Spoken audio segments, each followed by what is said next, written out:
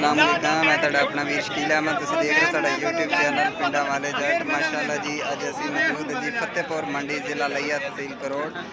तारीख 18 बरोज़ इतवार अज मंडी मौजूद हैं जी। एक बच्छी लैन आए सी ते माशाअल्लाह गलबात चल रही है जी। बच्छी है जी एक पैसे जी 1,30,000 डिमांड कर रहे हैं। सही बार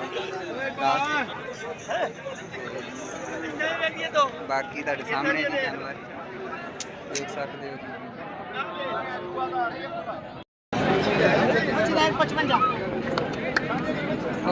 1,55,000 रुपया मूँह किदा वा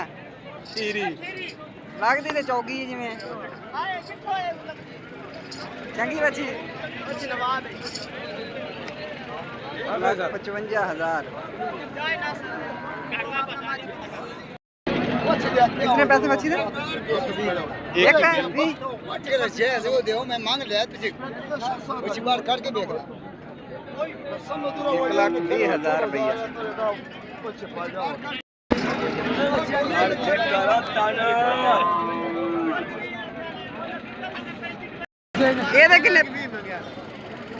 कोई गल ਤੁਸੀਂ ਦਿੰਦੇ ਹੀ ਨਹੀਂ ਹੈਗੇ। ਤੁਸੀਂ ਤੇ ਬਸ ਦਾਵੇਦਾਰ ਵੇਚਣੀ ਹੁਣ ਉਹ ਜਿਹੜੇ ਕਹਿੰਦੇ ਕਿੰਨੇ ਕਹਿੰਦੇ ਸੀ ਮੋਲੇ ਦਾ ਕਿਹਦਾ ਉਸ ਬੱਚੀ ਦਾ ਇਹਦਾ ਕਿੰਨਾ ਗਿਆ ਗਿਆ ਕੋਈ ਨਹੀਂ ਕੋਈ ਨਹੀਂ ਹਾਂ ਕਿੰਨੇ ਦੀ ਵੇਚੀ